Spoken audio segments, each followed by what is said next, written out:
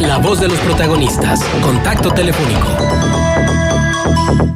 Y le damos la bienvenida vía telefónica a Rogelio Gómez Hermosillo. Él es integrante del Núcleo Coordinador de Acción Ciudadana frente a la Pobreza. Rogelio, gracias por aceptar esta charla aquí en Contextos. En el estudio Marcela Pámanes y un servidor, Juan Ceballos.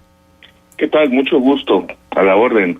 Gracias, Rogelio. Y bueno, pues para que comparta con el auditorio su evaluación de los resultados del gobierno de Enrique Peña Nieto en el combate a la pobreza y la desigualdad es el tema a propósito del día de hoy aquí en Contextos. Pues mire, yo creo que estamos estancados a nivel de los datos duros sobre la realidad de pobreza en nuestro país. Muestran que no hay ningún avance en estos años del gobierno del presidente Peña Nieto. Había 53.300.000 personas en pobreza en 2012 y según la última medición que acabamos de conocer hace unas semanas, hay ahora 53.418.000 personas en pobreza en el país, es decir, poquito más, pero en el fondo es una situación, digamos, muy grave. No hay avance, no hay una reducción significativa. Yo creo que claramente el gobierno perdió la brújula desde el principio, no entendieron los datos, llegaron con una visión política y con una visión de desarrollo social muy atrasada, colocaron como estrategia estrella, digamos, o tratando de centrar todo en un concepto que no viene al caso en nuestro país, que le llamaron Cruzada Nacional contra el Hambre, sin entender que la determinante principal de la inseguridad alimentaria de muchas personas es no tener un ingreso suficiente para adquirir los alimentos, y a partir de ahí empezaron a generar algunas acciones que evidentemente no han dado ningún resultado, pero que tienen un claro enfoque más bien político, más bien clientelar, como los comedores comunitarios, que muchos de ellos pues no funcionan y por supuesto no resuelven la situación de las personas que no tienen un ingreso suficiente, porque no están, en fin, por muchas razones no llegan a donde deben llegar, en donde están ubicados en lugares más o menos adecuados. De todos modos no pueden atender a toda la población, de todos modos estar dando de comer no resuelve el asunto de una manera seria. En fin, tenemos ahí claramente una visión política que nos llevó para atrás. México tenía un proceso a fines del siglo XX, a partir de 1996-97, empezó un proceso de cambios en la política social que se mantuvieron, digamos, a principios del siglo XXI, con la creación del Coneval, con el reforzamiento del programa Oportunidades y el Padrón, pero que luego, digamos, empezó esta lógica de que cada gobierno estatal y cada gobierno municipal inventara sus propios programas, y hoy, según el Coneval, tenemos 6.500 acciones y programas de desarrollo social dispersas, pulverizadas, sin cobertura. Muchas de ellas, aproximadamente casi el 80%, no tienen documento normativo, es decir, una discrecionalidad y una opacidad muy grande, unido básicamente de corrupción y más un enfoque, insisto, más como político, más para construir clientelas, incluso a veces para comprar votos, y por supuesto no tenemos entonces resultados frente a la pobreza. Solo en la cuestión del ingreso, digamos, tenemos 21 millones de personas, casi 21 millones y medio de personas que no tienen un ingreso suficiente para adquirir la canasta alimentaria.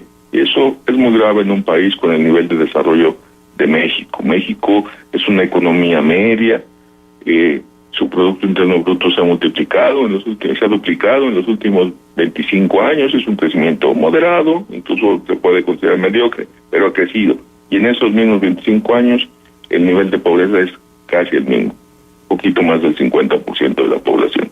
Entonces, perdimos estos años, fue muy grave, y regresamos incluso a prácticas clientelares cada vez más burdas, ¿no? Reparto de tarjetas en procesos electorales para luego decir que se van a convertir en programas sociales, casi una compra muy burda de los votos, y por supuesto pues eso no da resultados, lo cual es una desgracia porque eso no solo afecta a las personas que viven en pobreza, afecta a la democracia, pero también afecta a la economía, frena nuestro crecimiento. Claro. Estamos charlando con Rogelio Gómez Hermosillo, integrante del Núcleo Coordinador de Acción Ciudadana frente a la Pobreza. Decía Albert Einstein que la peor locura es seguir haciendo lo mismo y esperar resultados diferentes. ¿Qué debemos hacer diferente para esperar resultados diferentes en el combate a la pobreza? No, pues exactamente. Yo creo que tenemos que entender eso, que no, si seguimos haciendo lo mismo no vamos a llegar a ningún lado. Entonces nosotros hacemos en la Acción Ciudadana frente a la Pobreza, que es una organización, una coalición, digamos, de organizaciones de la sociedad civil, tenemos una propuesta de cambios que hay que hacer, diciendo, pues tenemos solo cambio de modelo de desarrollo, pero con, ¿no? Y entonces hay cosas que tenemos que dejar de hacer. Por ejemplo, las políticas que generan pobreza. El ejemplo clarísimo es la política de contención salarial de CONASAMI. O sea, mientras los salarios mínimos estén por debajo de la línea de pobreza decidido por la Secretaría del Trabajo, pues evidentemente no hay, aunque otros programas sociales funcionaran bien, que no lo hacen, pues de todos modos las personas que trabajan están sometidas a vivir en pobreza por una decisión política, porque la decisión del salario mínimo es una decisión de política pública. Entonces hay que desaparecer las políticas que generan pobreza. Luego hay que transformar de fondo, hay que cambiar, hay que hacer muy diferente. Estamos gastando, tenemos recursos, quizás no son suficientes, pero son muchos. Presentábamos en un análisis de que hay por lo menos 250,000 millones destinados a acciones directamente vinculadas a pobreza y desigualdad. En realidad el total de gasto social es 1.6 billones de pesos o 1.6 millones de pesos, o sea, una cantidad muy grande de dinero, claro, donde está todo lo que gastamos en educación, en salud, en seguridad social, los subsidios a las pensiones, etcétera, está todo, no solo para pobreza, sino todo lo social. Pero eso no va a dar resultados mientras sigue estando totalmente disperso, pulverizado. Necesitamos construir grandes políticas, un sistema integrado, un fondo integrado de protección social, un único fondo de becas, un único fondo de pensiones. Hoy hay, por ejemplo, un programa federal de pensiones para adultos mayores, para quienes no tienen pensión del IMSS o del ISSSTE, y luego en cada estado hay otro, ¿no? Como acá en la Ciudad de México, que está por ley, pero en cada estado, en Coahuila, en Durango, en todos los estados, o les dan despensas o les dan una transferencia, lo cual es un desorden. Tenemos 33 programas, y aunque den poco y no cubran toda la población, lo cual es muy malo, es mucho dinero el que se gasta en estas cosas. Y hay que, ¿no? Tampoco hay un único fondo de becas, nomás el gobierno federal tiene como 10, cada estado tiene los suyos, los municipios inventan regalar uniformes, útiles, mochilas, generalmente, como digo, en actos mucho más clientelares que sociales, ¿no? Sin saber a quién. Todo entonces transformar ese gasto disperso, inútil, opaco, muchas veces corrupto, como se mostró con el gasto en salud, en fondos que generen políticas de cobertura universal o que apoyen a toda la población que esté en una cierta conciencial para garantizarles ingreso mediante becas a las familias que tienen niños en la escuela y no tienen ingreso suficiente, o pensiones a todos los adultos mayores que no tienen una pensión suficiente para cubrir la canasta básica, para las personas con discapacidad, y por supuesto para garantizar la atención universal a la salud que teníamos que haber logrado en 2010. Entonces hay que transformar esta dispersión de programas en un sistema integrado de protección social con grandes fondos y grandes políticas para todos. Que quien no tenga IMSS o ISSSTE tiene salud, punto, no, sin mayor cosa, no estamos aquí. Y evidentemente ahora con los sistemas tecnológicos eso se puede hacer. Luego tenemos que reforzar los programas que sí funcionan, los que desarrollan capital humano, que tienen, los que sabemos que tienen resultados, ¿no? Los que llevan a los niños a la escuela, pero hacer que funcionen bien. Y por último hay que crear unos cambios detonadores. Hay cosas que no estamos haciendo y ahí yo le diría, básicamente el paso 1 es un padrón único, un registro nacional ciudadano que funcione como funciona el SAT, pero para quienes requieren que les hagamos llegar subsidios, transferencias de nuestros impuestos. Pero es un registro de población, ahí estaría toda la población, o por lo menos toda la que podría llegar a requerir, y a partir de ahí se asignarían estos fondos de los que estaba yo hablando, para la salud, para las becas, para las pensiones de adultos mayores o personas con discapacidad. Entonces, en ese modelo de desaparecer cosas, transformar cosas, mejorar cosas y crear cosas que no tenemos, creemos que es el cambio que se requiere frente a la pobreza y la desigualdad. Disculpe lo largo. ¿Es válido el argumento de contención salarial como factor de contención inflacionaria? Es absolutamente falso, sobre todo porque estamos hablando de la contención del salario mínimo. O sea, lo que hacen con la contención del salario mínimo durante todos estos años, que no se justifica, tuvimos la conferencia internacional donde demostramos que eso no tenía ningún sustento, vinieron gente experta en esta materia que por supuesto no son ningunos radicales, ni están queriendo desbarrancar la economía, al revés. Se notaba claramente cómo les preocupaba que ciertamente no generara desempleo, no generara presión, no afectara a los mismos trabajadores, pero digamos no entendían cómo podíamos tener un salario mínimo en la Constitución y que el salario mínimo fuera por debajo de la línea de pobreza y estuviera en 80 pesos. Entonces, claramente el primer paso es llevarlo por encima de la línea de bienestar, lo que cuesta la canasta básica para una persona, y luego encontrar una fórmula técnica para que en los próximos años se ajuste gradualmente hasta llegar al punto constitucional. El punto constitucional es que el salario mínimo sea lo suficiente para que viva una persona, un trabajador y su familia.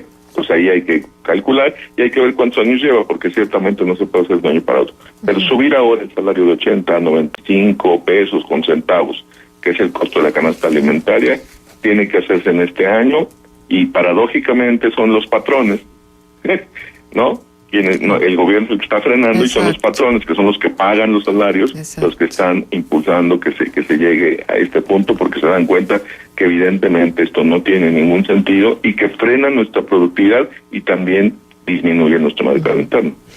Buenos días, Rogelio, le saluda Marcela Pámanes, y mi pregunta tiene que ver con la situación de género. No dicen que ser pobre y ser mujer es una doble tragedia, y ciertamente que la pobreza la experimenta y la vive la mujer desde otra perspectiva, desde otra óptica, y el reconocimiento de la pobreza y el deterioro en la calidad de vida de las mujeres y por lo tanto de sus familias estuvo abordado por el hombre más rico de México, Carlos Slim, que dijo que había que pagar un salario a todas las mujeres, porque el trabajo en casa ciertamente que es un trabajo muy duro, y quienes trabajan fuera de casa pues trabajan dobles jornadas y triples jornadas muchas de las veces, y eso no se ve reflejado en sus ingresos. ¿Qué habría que hacer con el tema de mujeres y pobreza? Sí, bueno, evidentemente entender la dinámica de cómo afectan todas estas carencias y la pobreza a las mujeres en general, a los hogares de jefatura femenina, ¿no?, que son específicos, digamos, o a las niñas y jóvenes, ¿no?, en su desarrollo, es muy, muy importante, y creo que sí, el enfoque de género es muy importante. Yo creo que esta idea yo no sé si es un salario a las mujeres, ahí hay que pensarlo bien, o creo que de lo que estamos hablando y donde a nivel internacional se está discutiendo es como tener un ingreso básico garantizado, que en el fondo es algo como fácil de entender. Si entendemos que la fórmula de que las personas que están en pobreza son las que no tienen ingreso suficiente para adquirir lo más básico, si por política pública, aunque sea gradualmente en varios años, podemos garantizar un ingreso a toda la población, pues evidentemente se acaba la pobreza extrema por lo pronto y podría reducirse significativamente la pobreza. Ahora, la pregunta sería, ¿y de dónde van a salir los recursos para eso? Bueno, pues tenemos que empezar a hacer las cuentas, pero una parte de las cuentas que tenemos que hacer tiene que ser romper todo ese gasto que no sirve para nada. Es decir, porque si no, sería algo así como, consigamos nuevo dinero de impuestos para hacer esto. No, bueno, primero tenemos que arreglar el desorden del gasto que hay hoy, ver para cuánto alcanza y de ahí ver cuánto falta. No sé si me explico. Entonces, claro, tiene que haber dos movimientos. Uno primero de corregir gasto que no sirve, y ahí se liberan recursos. Probablemente sean insuficientes, y entonces sí, viene una discusión sobre cómo tener más ingresos públicos para poder hacer esto. Y ahí yo diría, nuestra posición es, uno, requerimos el registro ciudadano, lo que se conoce como padrón único, pero entendido como una puerta de acceso, o sea, un registro que garantiza que aquí están registrados todos y aquí sabemos a quién le toca qué y por qué, ¿no? Porque está como muy transparente, así como los impuestos, aquí sabemos todos los que aportan, cuánto ganan y cuánto están aportando impuestos, pues lo contrario. Aquí sabemos cómo está su condición socioeconómica y por qué les estamos aportando, sea en becas, sea en trabajo, yo le llamaría pago por servicios de cuidado, que lo tenemos muy descuidado, ¿no? El cuidado a los niños, el cuidado a las personas mayores, el cuidado a los enfermos, las personas con discapacidad. Creo que sería el primer paso. Y eso es lo que quería decir. El ingreso básico garantizado tiene que empezar por los más pobres. Claro. ¿No? O sea, si lo vamos a construir gradualmente, hay que empezar dándoselo a quienes más lo requieren y donde haría más diferencia en su condición socioeconómica. Y ahí entra muy claramente el asunto de las mujeres, que son las responsables por una situación cultural y social que tenemos en nuestro país, de la gran mayoría de los servicios de cuidado. Voy a vincular dos temas, el tema de la cultura cívica electoral y el tema de la pobreza. El INE, a través de Encívica, hace una propuesta de revisar estos temas desde la escuela, desde la cultura que se provoca y se provee a los niños y a los adolescentes. Y en uno de los foros, una de las consejeras del IEC, acá en Coahuila, dijo, es que una mejor democracia tendría que ser igual a una mejor calidad de vida. Entonces, y mejor calidad de vida tendría que ver con que hubiese menos distancia entre los pocos que tienen mucho y los muchos que tienen tan poco. Pero entonces quiere decir que democráticamente el país ha fallado, porque si el sistema democrático no da esa posibilidad de calidad de vida, pues evidentemente es que hay una falla ahí garrafal tremenda, a pesar de todo lo que se le invierte a la democracia. Entonces, el costo-beneficio, pues no está siendo proporcional al esfuerzo que se hace económico de desplazamiento de personas, etcétera, en lo que tiene que ver con el tema de las elecciones. En ese sentido, y partiendo de estas experiencias, ¿de verdad podemos creer que cuando mejore nuestra democracia tendremos posibilidad de acortar por lo menos esa cantidad pavorosa de millones de mexicanos en la pobreza? Yo coincido muchísimo con lo que usted dice y creo que con lo que decía la consejera del IEC. Necesitamos hacer que la democracia funcione para la gente, que nos dé resultados. Y creo que lo que falló y lo que nos está fallando es los mecanismos de rendición de cuentas y de control de la legalidad. Que habla mucho de control de la policía, control de confianza de la policía. El primer control que necesitamos es de los políticos. Es decir, las decisiones que toman a nivel de presupuestos, a nivel de gasto, digamos, a nivel de acciones, de autoridades, servicios públicos, la salud, la educación, los sistemas de empleo, incluso el sistema de fomento las políticas de fomento de inversiones, muchas veces están orientadas por un beneficio personal, corrupción, ahora o por un beneficio grupal, partidista. ¿Cómo ganamos más para la siguiente elección? Ese mecanismo lo necesitamos romper con la democracia para tener resultados frente a la pobreza. Y nada más déjenme decirles, la propuesta de cohesión social que propone la Acción Ciudadana frente a la pobreza, que es una visión de país, es un proyecto para la nación, que está muy inspirado en ideas de cómo entienden en Europa, cuál es el sustento de la democracia en Europa. Ellos dicen cohesión social, es decir, reducir las brechas de desigualdad, lo que nos separa, y más pensando que son una unión. Luego viene toda la discusión de si le salió bien o mal, pero ciertamente le salió mucho mejor que nosotros. Estamos años luz de poder garantizarle a todo el mundo por lo menos salud, una educación básica de calidad, y que quienes no tienen ingreso tengan un apoyo a su ingreso porque tienen que comer, tienen que vivir. Eso genera cohesión social, reduce pobreza, porque está por definición, ¿no? Porque si transfieren un ingreso, pues sube y entonces ya no quedan por debajo de la línea. Pero entonces, claramente lo que genera también es cohesión social, que es como el sustento de la democracia, es como sentirnos parte de una misma nación y donde el Estado hace sentido, no nos discrimina, sí tiene sentido la comunidad política, porque nos garantiza no solo seguridad pública, sino seguridad social, protección social, salud, educación, condiciones mínimas de ingreso cuando tenemos una situación difícil, para quienes, por ejemplo, adultos mayores que requieren pensiones. Esa es la política social que requerimos, y no toda esta pulverización absurda y patética, diría yo, de programitas que anuncian cada que se le ocurre, que intentan inventar nuevas cosas, pues básicamente basados en una ocurrencia y más bien pensando en criterios políticos y electorales. Nos queda un par de minutos nada más, pero me gustaría preguntarle si es posible en este sistema romper el nefasto paradigma de dar el pescado en lugar de enseñar a pescar para el combate a la pobreza. Yo creo que lo importante que necesitamos entender es que enfrentar la pobreza es una acción que requiere una dimensión económica, es decir, que requiere generar mejores condiciones de ingreso, ¿no? Entonces es enseñar a pescar, pero que haya pescado y que se pueda vender el pescado. Y seguimos con la metáfora. Y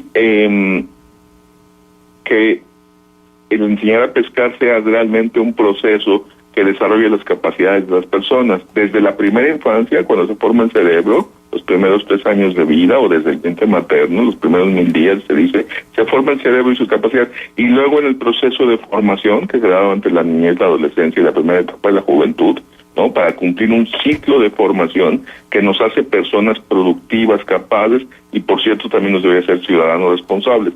Esos 2 momentos, déjame llamarlo así, cruciales de la vida, el primero, formación del cerebro, y el segundo, formación de las capacidades, competencias, conocimientos, habilidades, que nos hacen personas productivas, responsables, socialmente. Esos 2 momentos son la clave, digamos, para de un nuevo paradigma, y como usted dice, de una democracia que funcione con resultados para la gente, o diríamos nosotros en Acción Ciudadana, de un México con cohesión social. Ese sí queremos. Excelente. Bien, Rogelio Gómez Hermosillo, integrante del Núcleo Coordinador de Acción Ciudadana frente a la Pobreza, nuestro agradecimiento por su valiosa participación aquí en Contextos. Gracias, muy buenos días, Marcela Juan, qué gracias, qué gusto estar con ustedes. Gracias, buenos igualmente. días.